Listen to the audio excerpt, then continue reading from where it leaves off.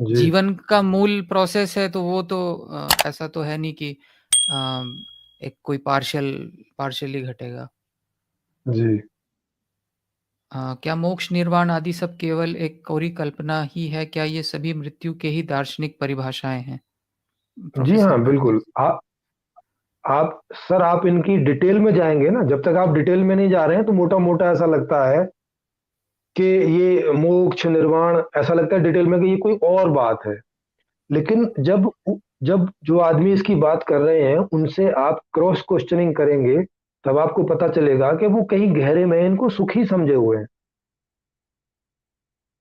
तभी इन पे चल रहे हैं। अगर उनको ये ये क्लियर हो जाए, या अभी संपूर्ण समाधान में जितने लोग जुड़े हुए हैं जिनको ये सब बात क्लियर है कि कि मामला केवल सुख का है, मोक्ष निर्वाण आदि का नहीं, उनको आप पूछोगे तो वो आपको बोल देंगे कि हाँ, नहीं, कोई मोक्ष निर्वाण इत्यादि नहीं होता, और ये संभव भी नहीं है। ये ऐसे करके संभव नहीं है, इसको आप ऐसे करके देखें। अगर मोक्ष निर्वाण संभव होता तो इसका मतलब होगा कि आत्माएं गिनती की होंगी, जो भी होती होंगी, 10 बिलियन, 1000 बिलियन, जो भी, एक कोई गिनती ले लो, कोई भी एक समय ऐसा आएगा कि सब लोग निर्वाण को प्राप्त हो गए होंगे, ये सबकी मुक्ति होगी होगी सबको मोक्ष हो गया होगा, मतलब अब किसी का कोई पुनर्जन्म नहीं होगा, ऐसा हो गया। तो उसके बाद तो फिर ये जो संसार है सदा के लिए समाप्त हो जाएगा। ये तो फिर आगे बनेगा नहीं। तो मतलब एक समय ऐसा आ जाने वाला है कि उसके बाद सब खत्म, सदा के लिए फिर कुछ नहीं होगा। भाई, अल्टीमेटली यही होगा ना, कि आज एक आदमी का मोक्ष हुआ, कल को दूसरे का हो गया, पर ऐसे ऐसे हो जाएगा ना एक दिन सबका। तो ये तो ऐसी ही परिकल्पना लगती है। और जबकि हम इस पूरे पूरे यूनिवर्स को देखें तो यहाँ हर चीज एक साइकिल में एग्जिस्ट करती है। हर चीज का अपना एक साइकिल है। पानी का देखें तो, पदार्थों का देखें तो, कोई भी पदार्थ का देख लो, कुछ भी चीज का देख लो, एक साइकिल में एग्जिस्ट करती है हर चीज। और साइकिल में एग्जिस्ट करने का ही मतलब है कि वो उसमें निरंतर घूमती रहती है, वो उसका उससे निकास नहीं है। मुक्ति का कोई मतलब ही नहीं है, क्योंकि मुक्ति होके कहाँ जाओगे? इस यूनिवर्स से कहीं परे। क्योंकि इस यूनिवर्स में रहोगे तो यहाँ तो पूरा नियम है कि हर चीज घूम ही रही है, यहाँ तो कभी कोई चीज रुकती नहीं है। तो अब इस यूनिवर्स से परे जाओगे, परे का मतलब कि वो चीज कहीं एग्जिस्ट करती होगी।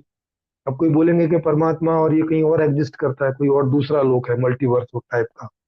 लेकिन भाई, उसको भी एग्जिस्ट करने के लिए स्पेस चाहिए।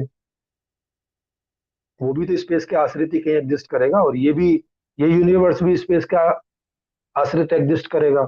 फिर एक स्पेस दूसरे स्पेस से दूर कैसे बनेगा? क्योंकि उसके बीच कुछ चाहिए, अंतराल, जिससे कि ये दो अलग स्पेस होंगे। तो बीच में कोई स्पेस होगा, माने वहां भी कुछ एग्जिस्ट कर रहा होगा, तो वहां भी एक स्पेस चाहिए। तो अब ये तीन स्पेस तो हो नहीं सकते, क्योंकि ये तो तीनों तो मिल जाएंगे, ये तो एक ही स्पेस हो जाएगा। तो स्पेस तीन हो नहीं सकते, स्पेस एक ही संभव है। अगर आप इसको समझेंगे तो स्पेस दो हो नहीं सकते, एक से ज्यादा स्पेस होने की कोई संभावना नहीं है। स्पेस एक ही होगा। तो अब फिर दूसरा लोग कहां से आया? एक ही स्पेस में दो लोग कैसे होंगे? एक ही स्पेस में दो तरह के विपरीत नियम कानून कैसे हो जाएंगे? कि एक तरफ तो मोक्ष है और एक तरफ तो बंधन है, ऐसे कैसे होगा?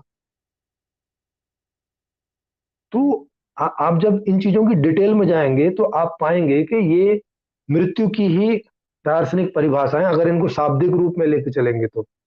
और अगर व्यवहारिक रूप रूप में लेके चलेंगे तो जितने भी लोग इनकी बातें कर रहे हैं, एक्चुअली वो किसी सुख की ही बात कर रहे हैं। बस इतना है कि वो इस लोक में सुख की बात नहीं कर रहे, किसी दूसरे लोक को समझ के कि दूसरा कोई लोक होगा और वहां हमें सुख मिलेगा, इस चक्कर में वो इन चीजों में लगे हुए हैं। जी।